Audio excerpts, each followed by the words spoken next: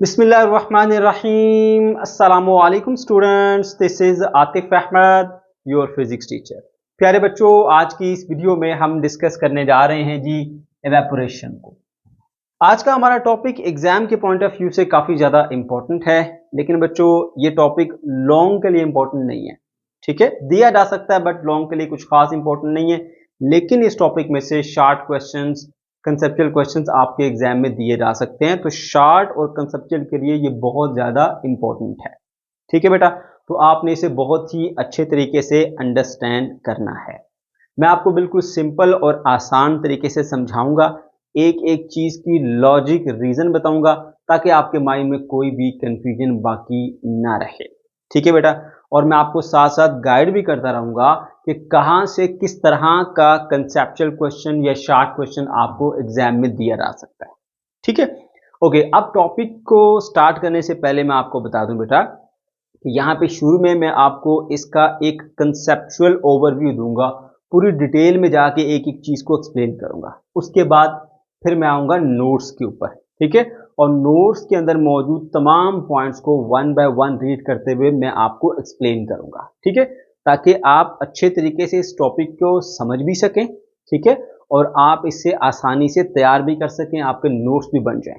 ठीक है बेटा, तो चलिए जी स्टार्ट करते हैं और बढ़ते हैं कंसेप्चुअल ओवरव्यू की जानिब से। कंसेप्चुअल ओवरव्यू में मेरे बच्चों यहाँ पे सबसे पहले आपको बताऊंगा कि एवोपरेशन होती क्या है और उसका मैकेनिज्म क्या है, तरीकाकार क्या है। उसके बाद लेके आऊंगा एवोपरेशन के काजेस के ऊपर। ठीक है, क्या वजह, कैसे, क्यों होती है एवोपरेशन। उसके बाद लेके आऊंगा आपको फैक्टर अफेक्टिंग इट्स रेट, कौन से ऐसे फैक्टर हैं जो कि अफेक्ट करते हैं रेट ऑफ एवोपरेशन को, जिसमें टेम्परेचर पर बात होगी, surface area, humidity, wind speed, ये सब डिस्कस किए जाएंगे और बताऊंगा कि ये किस तरह से अफेक्ट कर रहे होते हैं एवेपोरेशन को। उसके बाद बेटा लास्ट पॉइंट लेके आऊंगा आपको एक डिफरेंस के ऊपर जो कि एवेपोरेशन और वेपोराइजेशन के दरमियान में है। ठीक है, बहुत सारे बच्चे इसको एक ही चीज समझते हैं, तो यहाँ पर मैं आपको क्लियर करूंगा कि इन दोनों में क्या डिफरेंस है। ठीक है बेटा, स्टार्ट करते हैं जी। सबसे पहले number one point that is evaporation and it's mechanism. मेरे बच्चों, एवेपोरेशन बहुत ही आसान सा कॉन्सेप्ट है कि एक ऐसा प्रोसेस है जिसमें लिक्विड गैस में कन्वर्ट होता है किसी भी टेम्परेचर पर। कोई स्पेसिफिक टेम्परेचर नहीं चाहिए होता है इसके लिए, किसी भी टेम्परेचर पर आप ले जाएं लिक्विड का जो गैस में कन्वर्जन है, इसको हम कहते हैं एवेपोरेशन। ठीक है बेटा, अच्छा। उसके बाद फिर आ जाते हैं जी इसके मैकेनिज्म के ऊपर कि इसका क्या तरीकाकार होता है, किस तरह से एवोपरेशन का प्रोसेस जो है वो परफॉर्म हो रहा होता है या टेक प्लेस हो रहा होता है। ठीक है, तो वो मैं आपको बताता हूँ। देखो मेरे बेटा, आपके पास कोई भी एक कंटेनर है, लाइक मेरे पास ये एक बीकर है। ठीक है, और इसके अंदर आपने कोई लिक्विड लिया हुआ है, फॉर एग्जाम्पल वाटर की ही बात कर लेते हैं। ठीक है, तो ये आ गया इसके अंदर वाटर। अब ये वाटर के सारे मॉलिक्यूल्स हैं इस तरह से। ठीक है, ये जो मॉलिक्यूल्स हैं बेटा, ये मॉलिक्यूल्स मूव कर रहे होते हैं। ठीक है, इन्होंने कहीं ना कहीं सराउंडिंग से हीट एनर्जी अब्जॉर्ब की होती है और सराउंडिंग से हीट एनर्जी अब्जॉर्ब करने के बाद ये मूव कर रहे होते हैं। कोई इधर जा रहा है, कोई इधर आ रहा है, कोई ऊपर जा रहा है, कोई नीचे जा रहा है, कोई राइट जा रहा है, कोई लेफ्ट जा रहा है, कोई आपस में टकरा रहा है, कोई दीवार से टकरा रहा है। इस वजह से इन सब की जो वेलोसिटी है वो अलग अलग होती है। कोई बहुत तेज होता है, कोई ऐसा होता है, कोई उससे बहुत ही स्लो हो जाता है टकराव के बायस। ठीक है, अब जब इन सब की वेलोसिटीज अलग अलग होंगी तो वेलोसिटीज अलग अलग होने से इनकी जो काइनेटिक एनर्जी है वो भी अलग अलग होगी। क्योंकि मेरे बच्चों, काइनेटिक एनर्जी किसी भी बॉडी के अंदर वो एनर्जी होती है जो उसकी वेलोसिटी की वजह से होती है। अगर किसी में ज्यादा वेलोसिटी है तो ज्यादा काइनेटिक एनर्जी, किसी में कम वेलोसिटी है तो कम काइनेटिक एनर्जी। तो क्योंकि इनकी वेलोसिटीज अलग अलग हैं आपस में टकराने की वजह से और कंटेनर से टकराने की वजह से, तो इनकी काइनेटिक एनर्जी भी अलग अलग होंगी। जब इनकी काइनेटिक एनर्जी सबकी अलग अलग है, ठीक है, तो फिर हम एवरेज काइनेटिक एनर्जी लेते हैं इनकी। ठीक है, यानी इन सब की काइनेटिक एनर्जी को जमा करके इनकी तादाद के ऊपर डिवाइड कर देंगे तो आपके पास आ जाएगी एवरेज काइनेटिक एनर्जी। ठीक है बेटा, एवरेज काइनेटिक एनर्जी आपके पास निकल के आ जाएगी। ओके, अब होता यूं है कि वो मॉलिक्यूल जिसकी kinetic energy average kinetic energy से ज्यादा होती है और इतनी इनफ होती है कि वो एक मॉलिक्यूल को सरफेस से निकाल के बाहर फेंक सकती है। ठीक है, तो वो मॉलिक्यूल जब वो सरफेस से निकल जाता है, ठीक है, यहाँ सरफेस के ऊपर से एक मॉलिक्यूल जो है वो बाहर को निकल जाता है। एक मॉलिक्यूल यहां से मैं बाहर निकाल देता हूं ऐसे। ठीक है, तो यहां पर जो है वो एवेपोरेशन हो गई। सरफेस के ऊपर से एक लिक्विड का मॉलिक्यूल जो है वो आजाद हो गया। अब ये घूम रहा है इस तरह से, गैस की फॉर्म में इसने इख्तियार कर ली, गैस की शक्ल में आ गया। ठीक है, इसको हम कहते हैं जी एवेपोरेशन।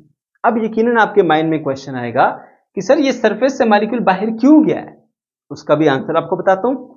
मेरे बच्चों ये आपको पता होना चाहिए, ठीक है, आपसे एक कंसेप्चुअल क्वेश्चन ये भी किया जा सकता है, ठीक है, क्योंकि आप फेडरल बोर्ड के स्टूडेंट्स हैं, आपसे पूछा जा सकता है कि बताइए कि क्या मैकेनिज्म होता है एवेपोरेशन का, एवेपोरेशन होती कैसे। तो वहां पर आप ये सारी बातें बताएंगे कि मॉलिक्यूल्स की जो आपस में टकराने की वजह से और दीवारों के साथ टकराने की वजह से काइनेटिक एनर्जीज अलग अलग होती हैं, आप एवरेज काइनेटिक एनर्जी लेके चलते हो। वो मॉलिक्यूल जिसकी काइनेटिक एनर्जी एवरेज से थोड़ी ज्यादा होती है और उतनी इनफ होती है कि वो मॉलिक्यूल को सरफेस से निकाल सकती है, ठीक है, तो वो मॉलिक्यूल आजाद हो जाता है, ठीक है। इस तरह से आपके पास एवेपोरेशन हो जाती है। अब उसमें आप मजीद ये बताएंगे कि वो जो मॉलिक्यूल सरफेस के ऊपर होता है उसके ऊपर अट्रैक्टिव फोर्स जो होती है अदर मॉलिक्यूल्स की वो कम होती है, ठीक है, एज कम्पेयर टू वो मॉलिक्यूल जो कि डेप्थ में पड़ा हुआ है, ठीक है। ये कुछ मॉलिक्यूल मैं डेप्थ में बनाता हूँ ऐसे, ठीक है, और ये मॉलिक्यूल जो कि सरफेस के ऊपर पड़े। अब बेटा देखो ये वाला जो मॉलिक्यूल है इसको इधर से अट्रैक्शन हो सकती है, इधर से हो सकती है, इधर से हो सकती है, इधर से हो सकती है, इधर से हो सकती है, ये सारे मॉलिक्यूल मिलकर इसको अट्रैक्ट कर रहे हैं, तो डेफिनेटली ज्यादा मजबूती के साथ जुड़ा हुआ है, इसको तो यहाँ से सरफेस से बाहर निकालना पॉसिबल नहीं है। लेकिन जो मॉलिक्यूल यहाँ सरफेस के ऊपर पड़े हुए हैं, ठीक है, इनको सिर्फ नीचे से इधर से अट्रैक्शन होगी, अब ऊपर कोई चीज मौजूद नहीं है जो या साइडों से कोई अट्रैक्शन हो, ठीक है, क्योंकि इस यहाँ पर बाउंड्री है वाटर की, उसके बाद तो आगे एयर है, तो इसको सिर्फ एक साइड से अट्रैक्शन होती है। इस वजह से जो मॉलिक्यूल सरफेस पे आ जाते हैं ना, उनके ऊपर अट्रैक्टिव फोर्सेस कम हो जाती हैं। अब अगर इसके पास इतनी enough amount of kinetic energy हुई कि वो इसको बाहर निकाल सके और इन अट्रैक्टिव फोर्सेस को डील कर सके, तो वो मॉलिक्यूल यहां से बाहर चला जाता है। तो बाहर जाने के लिए भी एक बड़ी वजह यह आ गई कि सरफेस के ऊपर जो है वो इंटरमॉलिक्यूलर फोर्सेस वीक होती है। इसी चीज बेटा याद रखनी है कि एवोपरेशन का जो प्रोसेस है ना बेटा, उसके अंदर मॉलिक्यूल हमेशा सरफेस से ही निकल के बाहर जाते हैं, डेप्थ में से नहीं जाते। ये भी कंसेप्चुअल क्वेश्चन आपसे पूछा जा सकता है कि मॉलिक्यूल सिर्फ सरफेस ऑफ द लिक्विड से ही क्यों एवोपरेट होते हैं, why not from the depth of the liquid. तो आप ये बताएंगे डेप्थ ऑफ द लिक्विड में पड़े हुए मॉलिक्यूल के ऊपर अट्रैक्टिव फोर्सेस दूसरे मॉलिक्यूल्स की ज्यादा होती है, सबने इसको घेरा होता है, उसके पास इतनी इनफ एनर्जी नहीं होती कि उन सब मॉलिक्यूल्स की काइनेटिक एनर्जी को अट्रैक्टिव फोर्सेस को ओवरकम करके वो बाहर ले जा सके। लेकिन जब एक मॉलिक्यूल सरफेस के ऊपर आ जाता है तो अब उसके ऊपर अट्रैक्टिव फोर्सेस कम हो जाती हैं। जब अट्रैक्टिव फोर्सेस कम हो जाती हैं, अगर उसके पास इनफ अमाउंट ऑफ एनर्जी हुई कि वह इनको ब्रेक करके बाहर ले जा सके, तो फिर वो बाहर ले जाएगा। इसीलिए मैंने कहा कि जो मॉलिक्यूल जिसकी काइनेटिक एनर्जी एवरेज जो काइनेटिक एनर्जी उससे ज्यादा होती है, वो सरफेस से इसको बाहर ले जाएगा। तो मेरे बेटे ये तरीकाकार होता है एवोपरेशन का। अब ये कुछ डिटेल जो है वो आपकी बुक में नहीं लिखी गई, लेकिन बच्चे क्योंकि क्वेश्चन करते हैं तो इसलिए मैंने आपको साथ में बता दी। दूसरी बात है कि आपका फेडरल बोर्ड है बेटा, अब आपको जो है वो एक कंटेंट दिया हुआ है, ठीक है, कि ये आउटलाइन है, यहाँ चीजें आपने तैयार करनी है, बुक्स जस्ट आपको सजेस्ट की गई है, तो सवाल किसी भी तरह का आ सकता है, तो आपको हर एंगल से टॉपिक को कवर करना है, इसलिए मैं इसकी डिटेल में जाता हूँ। अक्सर बच्चे कहते हैं कि सर आप बहुत लेंथी कर देते हैं लेक्चर को, लेकिन बेटा कोशिश ये होती है कि अगर मैं आपको ये एक टॉपिक सिखा देता हूँ ना, तो फिर उसके बाद कोई गुंजाइश ना रह जाए कि आप कहेंगे ये तो सर ने बताया नहीं था, क्वेश्चन तो यूं आ गया। जब आपने एक बार सीख लिया मुकम्मल, तो बस फिर जिस तरह का मर्जी एग्जामिनर क्वेश्चन करे, यू शुड बी रेडी, ठीक है, आप तैयार होने चाहिए उसको, सर आए बताएं क्वेश्चन मैं सॉल्व करता हूँ, या पेपर में कोई भी सवाल आए, हर तरह के क्वेश्चन को सॉल्व करने के लिए आप काबिल होने चाहिए। इस वजह से बेटा मैं पूरी डिटेल में जाता हूँ, ठीक है। अच्छा, तो यहां पर आपने देख लिया कि ये तरीकाकार है कि हाई एनर्जी वाला मॉलिक्यूल सरफेस पे आता है, उसके ऊपर अट्रैक्टिव फोर्सेस कम हो जाती हैं, सरफेस से छू बनता है, ठीक है, ओके। तो इस तरह से बेटा आपने सीख लिया कि एवोपरेशन होती क्या है और उसका तरीकाकार क्या है। तरीकाकार पता चल गया, मॉलिक्यूल अलग अलग काइनेटिक एनर्जी वाले, जिसकी काइनेटिक एनर्जी ज्यादा है सरफेस पे आता है, सरफेस पे आता है तो अट्रैक्टिव फोर्सेस कम होती हैं, अगर enough amount of kinetic energy हुई तो सरफेस से उड़न छू गया, ठीक है। उसके बाद आइए जी एवोपरेशन के काज के ऊपर, ठीक है, ये काजेज ऑफ एवोपरेशन। एवोपरेशन क्यों होती है, ठीक है बेटा। अब ये जो बातें मैंने आपको बताई है ना मैकेनिज्म में, आपकी बुक में यही बातें लिखी हुई हैं, ठीक है, मैकेनिज्म की बजाय उन्होंने काज में लिखी है, तो कोई बात नहीं, आप दोनों में लिख सकते हैं ये बात, ठीक है। वो काज भी तो बनती है ना इसकी, मैंने आपको जो बताई है कि क्यों बाहर जाता है। अब बेटा देखिए, काज के अंदर आप ये बताएंगे कि मॉलिक्यूल्स अलग अलग वेलोसिटी रखते हैं, इसकी वजह से अलग अलग काइनेटिक एनर्जी है। उसकी वजह यह है कि एक दूसरे से टकराते हैं, दीवारों से टकराते हैं, आपस में कोलिजन होता है, ठीक है। इस वजह से सबकी काइनेटिक एनर्जी अलग अलग होती है, क्योंकि वेलोसिटीज अलग अलग होती हैं। तो वो मॉलिक्यूल जिसकी काइनेटिक एनर्जी बहुत ज्यादा होती है बाकी मॉलिक्यूल्स के मुकाबले में, तो वो सरफेस पे आके सरफेस से एस्केप कर जाता है। एस्केप क्यों कर जाता है वो भी लिखना चाहें तो लिख सकते हैं, मैंने लॉजिक बताई आपको। सरफेस पे पड़े हुए मॉलिक्यूल के ऊपर जो अट्रैक्टिव फोर्सेज कम होती हैं। और ये बात मैं फिर बता रहा हूँ, भूलना नहीं है कि एवोपरेशन सिर्फ सरफेस ऑफ द लिक्विड से होती है, डेप्थ से नहीं होती। ठीक है, अच्छा, तो इस तरह से आप ये सब बातें बता देंगे तो आपके पास एवोपरेशन की काज भी आ गई। ये वो मॉलिक्यूल जिसकी काइनेटिक एनर्जी हाई होती है, वो जब सरफेस पे आता है तो अट्रैक्टिव फोर्सेस कम होने की वजह से उसको मॉलिक्यूल को वो बाहर ले जाता है उसकी काइनेटिक एनर्जी। ओके, उसके बाद बेटे आज जो इसके फैक्टर्स अफेक्टिंग द रेट। अब जो रेट ऑफ एवोपरेशन है बेटा, रेट ऑफ एवोपरेशन को पहले समझिए। रेट ऑफ एवोपरेशन कहते हैं वक्त के लिहाज से ये जो एवोपरेशन का प्रोसेस हो रहा है, यानी कि लेट्स से 1 सेकंड हमारे पास एक यूनिट टाइम है, इस यूनिट टाइम के अंदर कितनी एवोपरेशन होती है, कितना लिक्विड जो है वो गैस में चेंज होता है। अगर 1 सेकंड में बहुत थोड़ा सा लिक्विड गैस में चेंज हुआ, रेट ऑफ एवोपरेशन कम होगा। अगर वक्त के लिहाज से या टाइम के लिहाज से काफी ज्यादा जो लिक्विड है वो एवोपरेट हो रहा है, यानी गैस में चेंज हो रहा है, तो रेट ऑफ एवोपरेशन हाई होगा। ठीक है, अच्छा, अब हमने ये देखना है कि रेट ऑफ एवोपरेशन पे किन किन फैक्टर्स के इफेक्ट होते हैं। ठीक है, एक तो टेम्परेचर का है, दूसरा आपके पास सरफेस एरिया का आ जाता है, तीसरी आपके पास ह्यूमिडिटी आ जाती है, चौथी आपके पास विंड स्पीड आ जाती है। अच्छा, एक चीज मैं आपको बताना भूल गया, वो क्या थी कि रियल लाइफ से इसकी एग्जांपल एवोपरेशन की। ठीक है बेटा, देखो आप कपड़े वगैरह धो के डालते हो ना, अब उसमें लिक्विड है, पानी है, थोड़ी देर के बाद आते हो तो वो ड्राई हो जाते हैं। कहाँ गया पानी? वो सारे के सारे लिक्विड गैस में कन्वर्ट होकर उड़ गया, कपड़े आपके ड्राई हो गए। ठीक है, तो ये आप उसमें रियल लाइफ में एग्जांपल इसकी कोट कर सकते हैं। ठीक है बेटा, एवोपरेशन की। वापस आओ अपने पॉइंट के ऊपर।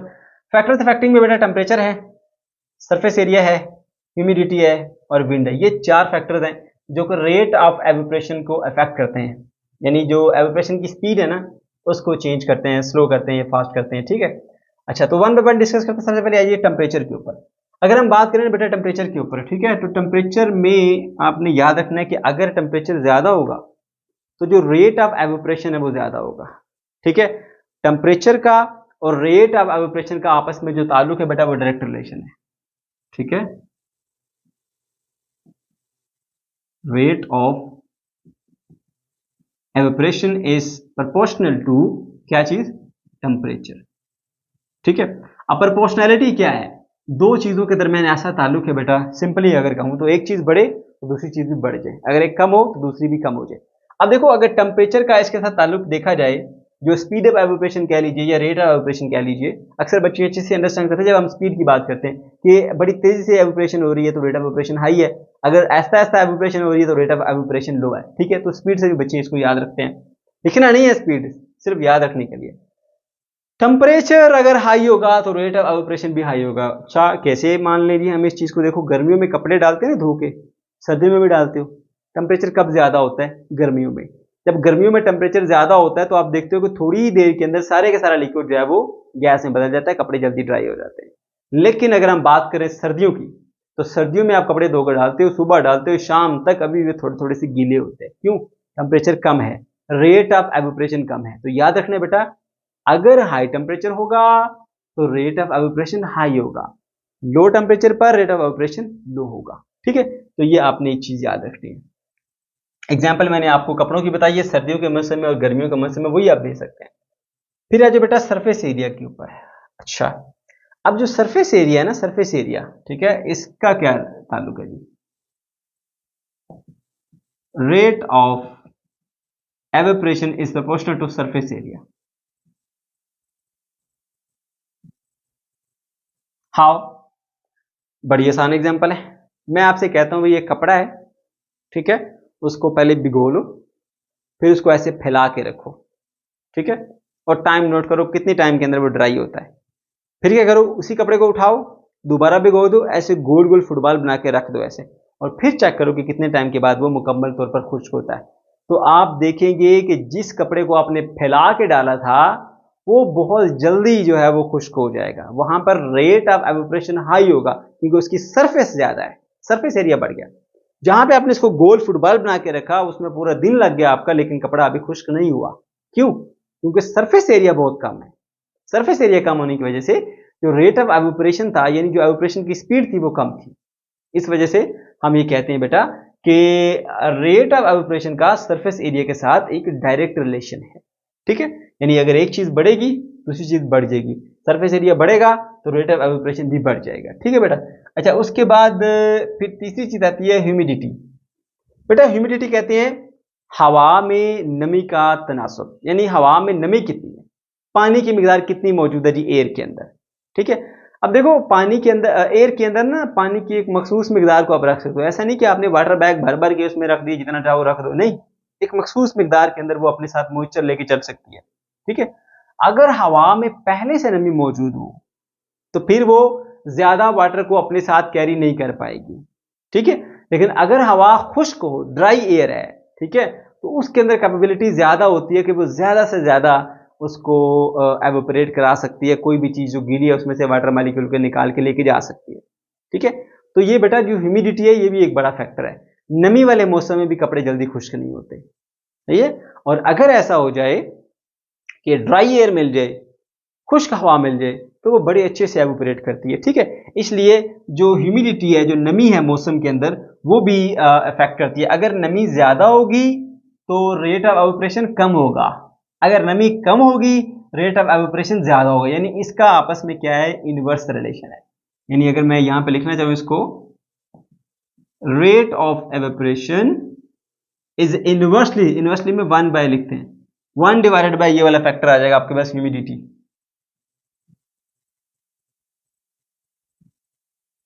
ये बेटा सिर्फ आपके समझने के लिए लिख रहा हूं, आपने ऐसा लिखना नहीं है, सिर्फ आपको पता चल जाएगा भाई इनका क्या ताल्लुक है, इसका इसके साथ इनवर्स रिलेशन है। ठीक है, जितनी ज्यादा ह्यूमिडिटी होगी उतना कम जो है वो आपके पास रेट ऑफ एवोपरेशन होगा। ठीक है, और जितनी कम होगी ह्यूमिडिटी, यानी हवा खुश्क होगी, नमी कम है, उतना ज्यादा रेट ऑफ एवोपरेशन होगा। इनका आपस में इनवर्स रिलेशन है।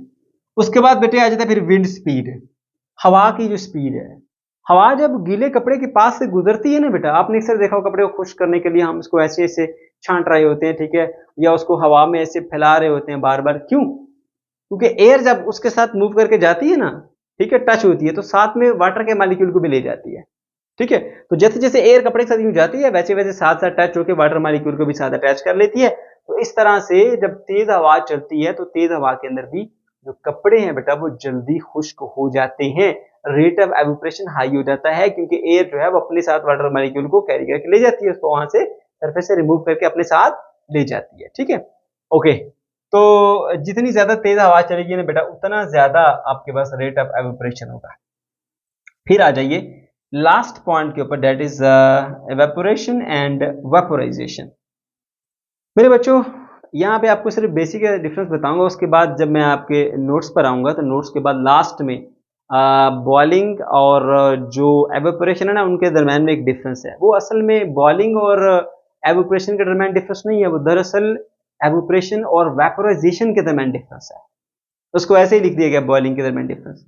ठीक है, तो वहां पर मैं बुक से ही वो चीज डिटेल से बताऊंगा, क्योंकि ऑलरेडी बेहतरीन नोट्स वो बने हुए हैं, तो बुक से ही आपको वो चीज मैं आपको एक्सप्लेन करूंगा। ठीक है, अभी फिल वक्त जो है वो आगे बढ़ते हैं हम और ये बताते हैं जी एवोपरेशन और वेपोराइजेशन में क्या फर्क है।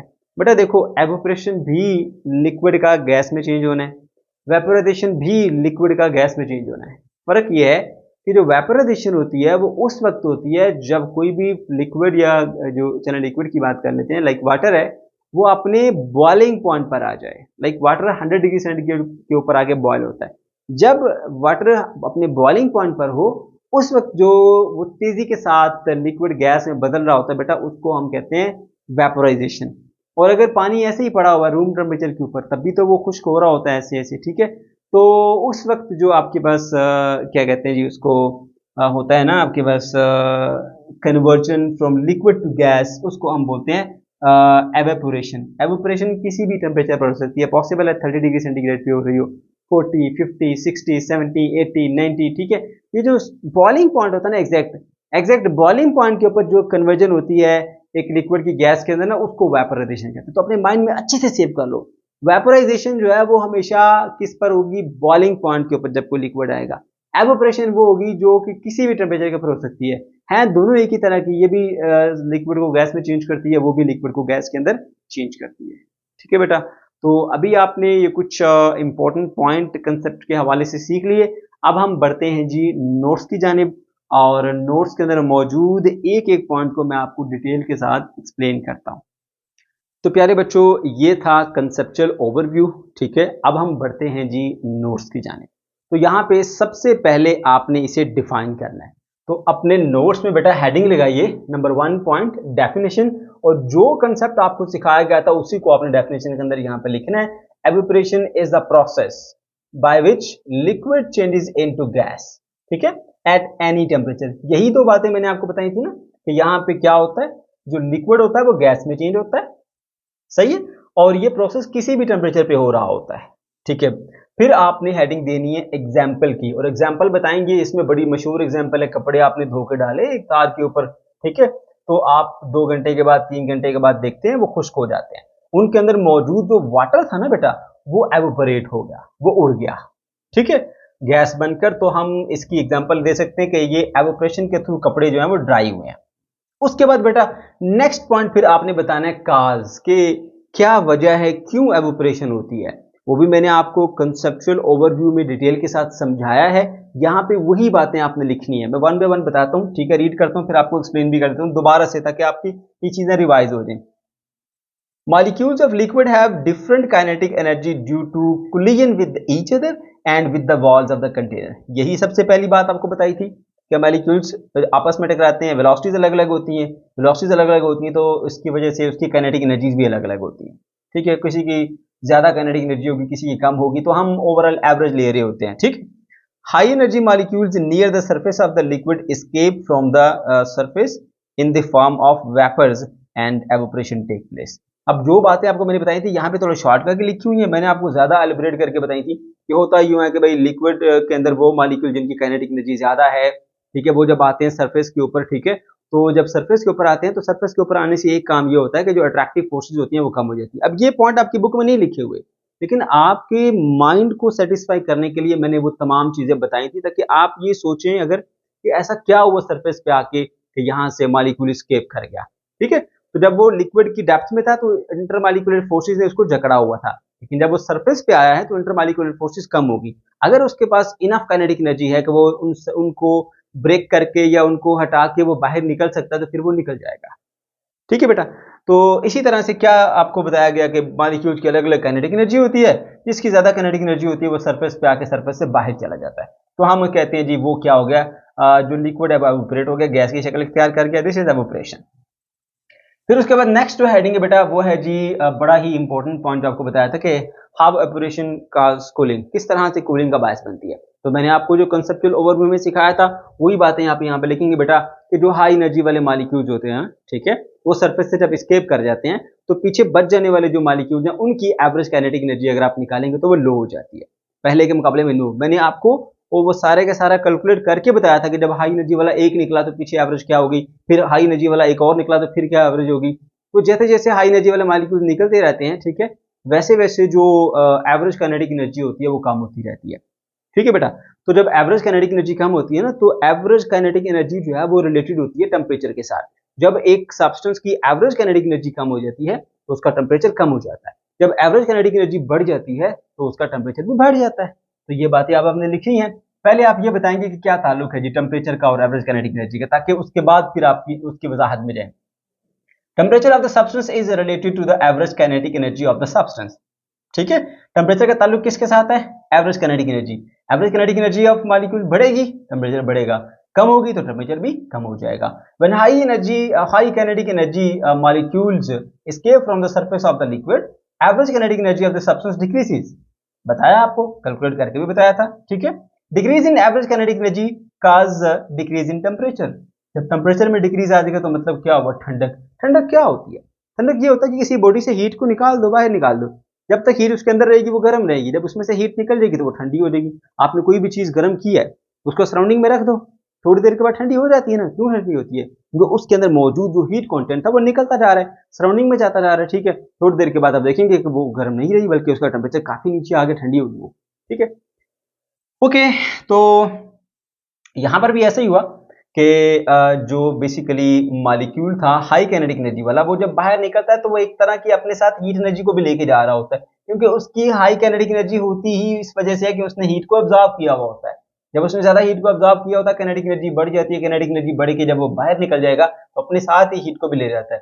तो जाहिर सी बात है बॉडी में से हीट निकल गई तो बॉडी क्या हो जाएगी, ठंडी हो जाएगी।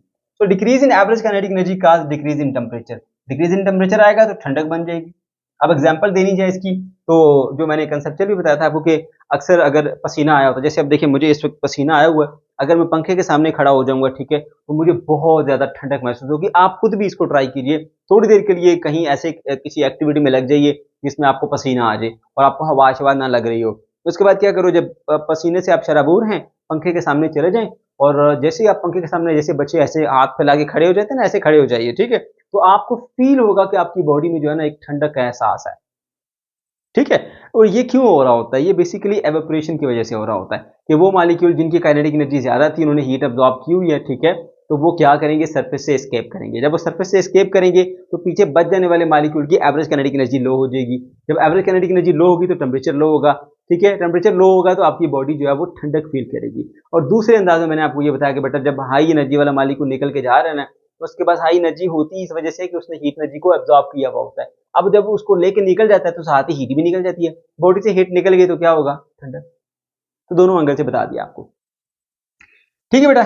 सो यहाँ पर मैंने मेंशन किया, for example when we sweat the evaporation of the moisture from our skin cools the body. जब हमें पसीना आता है और वो पसीना खुश्क होता है, यानी कि वो एवोपरेट हो जाता है, सारा लिक्विड गैस में बन के उड़ जाता है, तो हमारी बॉडी ठंडक महसूस करती है, ठीक है बेटा। ओके, उसके बाद आइए जी, factor affecting the rate of evaporation. Rate of evaporation का मैंने आपको बताया था कि भाई वक्त के लिहाज से एवोपरेशन कैसी चल रही है, यानी let's say 1 second is a unit time, तो यूनिट टाइम के अंदर एवोपरेशन कितनी हुई, कितना लिक्विड गैस में चेंज हुआ, that is rate of evaporation. और सादा अल्फाज में बताएं तो एवोपरेशन की स्पीड जो होती है ना, वो रेट होता है। यानी अगर तेजी से एवोपरेशन हो रही है, ठीक है, तो मतलब हाई रेट है, और अगर आहिस्ता से एवोपरेशन हो रही है तो मतलब लो रेट है। ओके, ये बात समझ में आ गई। उसके बाद बेटा आपने बताने जी, पहला फैक्टर है टेम्परेचर। टेम्परेचर बढ़ने से जो रेट ऑफ एवोपरेशन होता है वो बढ़ जाता है, ठीक है। और इसकी बेस्ट एग्जांपल है, देखो आप रियल लाइफ में आपने कपड़े सुखा के डाले हैं, अगर गर्मियों में डालेंगे तो 2 घंटे के अंदर कपड़े बिल्कुल ड्राई हो जाते हैं, और अगर सर्दियों का मौसम है आप छत पर डाल देते हैं, सुबह डालते हैं शाम तक वो ठंडे उसी तरह थोड़े थोड़े से ठंडे रहते हैं, यानी उसमें कुछ ना कुछ नमी होती है अभी भी, ठीक है, और वो मुकम्मल तौर पर ड्राई नहीं हुए होते। यही बात है ना। तो ऐसा क्यों होता है? ऐसा इसलिए होता है कि जब गर्मियों के दिन होते हैं टेम्परेचर हाई होता है। टेम्परेचर हाई होने से जो मॉलिक्यूल्स हैं लिक्विड के, वो इधर उधर सराउंडिंग से हीट एनर्जी को अब्जॉर्ब कर लेते हैं, तो उनकी काइनेटिक एनर्जी बढ़ जाती है। जब उनकी काइनेटिक एनर्जी बढ़ जाती है तो वो सरफेस से एस्केप करना शुरू कर देते हैं तेजी के साथ, समझ गए। और सर्दियों के मौसम में इतनी ज्यादा बाहर जो सराउंडिंग में इतना हाई टेम्परेचर होता नहीं है, थोड़ा बहुत टेम्परेचर होता है, थोड़ी बहुत हीट एनर्जी अब्जॉर्ब करते हैं, जब उनके पास एनफ एनर्जी हो जाती है तो फिर वो सरफेस से बाहर आ जाते हैं, ठीक है। तो ये बातें आपने यहाँ पर बतानी है बेटा कि रेट, पहली बात अपनी ये बतानी है कि जो रेट ऑफ एवोपरेशन है ना, वो डायरेक्टली रिलेटेड है टेम्परेचर के साथ। यानी अगर आप टेम्परेचर बढ़ाएंगे तो रेट ऑफ एवोपरेशन बढ़ जाएगा, यानी एवोपरेशन की स्पीड बढ़ जाएगी, और अगर आप टेम्परेचर कम रखेंगे तो एवोपरेशन की स्पीड भी कम हो जाएगी, ठीक है। So rate of evaporation is directly proportional to the temperature, ठीक है। और उसके बाद बताएंगे at high temperature the kinetic energy of the molecules increases. आप टेम्परेचर हाई होगा अगर सराउंडिंग में, तो मॉलिक्यूल ज्यादा हीट एनर्जी अब्जॉर्ब करेंगे सराउंडिंग से, उनकी काइनेटिक एनर्जी बढ़ जाएगी। काइनेटिक एनर्जी बढ़ेगी तो वो आसानी से एस्केप करते हुए जाएंगे सरफेस से, ठीक है। So the rate of evaporation increases, clear. उसके बाद बताएंगे जी एग्जांपल जो मैंने आपको बताई, wet cloth dry become dry very soon in the summer as compare to the winter. सर्दियों के मुकाबले में गर्मियों में कपड़े जल्दी खुश्क हो जाते हैं, क्योंकि गर्मियों में टेम्परेचर हाई होता है, रेट ऑफ एवोपरेशन हाई होता है, तेजी के साथ जो लिक्विड है वो गैस के अंदर बदल रहा होता है। उसके बाद मेरे बच्चों आ जाएगा आपके पास सरफेस एरिया। सरफेस एरिया मैंने आपको बताया था भाई, एक और एग्जांपल देता हूं। देखो एक गिलास पानी है, उसको ना बड़े से किसी बर्तन में जो फैला हुआ हो उसमें फैला कर डाल दो, और उतना ही पानी एक गिलास में वैसे रख दो, और जरा मुझे सोच के बताओ, खुद अपने माइंड से सोच के बताओ कि पहले कौन सा पानी खुश्क होगा। वो पानी खुश्क होगा जिसको ऐसे फैलाया होगा सारे का सारा, और वो जो एक जगह पे इकट्ठा करके रखा हुआ है गिलास के अंदर, वो देर से, उसको काफी टाइम लग जाएगा। रीजन क्या है कि जब आपने पानी को फैला दिया ना तो सरफेस एरिया बढ़ गया, और जो ये जो एवोपरेशन हो रही होती है ना बेटा, ये सरफेस एरिया से होती है, ये डेप्थ से नहीं होती, ठीक है। तो आपके जब सरफेस एरिया ज्यादा होगा तो वो जल्दी से पानी ड्राई हो जाएगा। कपड़े धोते हैं ना, धो के आप ऐसे गोल गोल करके फुटबॉल बना के क्यों नहीं छत पे डालते, आप ऐसे फैला के क्यों डालते हो? क्योंकि फैलाने से कपड़ों को उसमें जो सरफेस एरिया वो बढ़ जाता है। जब सरफेस एरिया बढ़ जाता है तो ज्यादा तेजी के साथ एवोपरेशन होती है, ठीक है। तो ये बात आपने बतानी है यहाँ पर। किधर गया जी ये वाला, larger is the surface area of the liquid greater is the evaporation, ठीक है। ज्यादा एवोपरेशन होगी, ये greater is the rate of evaporation लिखना चाहिए, ज्यादा बेहतर रहेगा, ठीक है। ज्यादा रेट ऑफ एवोपरेशन होगा अगर जो है वो सरफेस एरिया ज्यादा होगा, ठीक है। Because larger surface area allow more molecules to escape. Molecule ने एस्केप कहां से होना, सरफेस से। सरफेस अगर थोड़ी है तो एवोपरेशन थोड़ी होगी, सरफेस अगर ज्यादा है एवोपरेशन ज्यादा होगी। तो उसके बाद फिर आप ये बताएंगे जी, फिर से पढ़ देता हूँ, because larger surface area allow more molecules to escape speeding up the evaporation. Rate of evaporation का मतलब स्पीडिंग अप भी होता है, ठीक है, रेट इंक्रीज करने का मतलब, ठीक है। अच्छा, उसके बाद फिर एग्जांपल ये दे देंगे, that is why wet clothes are stretch to dry quickly. उसके बाद नेक्स्ट जो फैक्टर है बेटा वो है आपके पास ह्यूमिडिटी। ह्यूमिडिटी कहते हैं नमी को, ठीक है।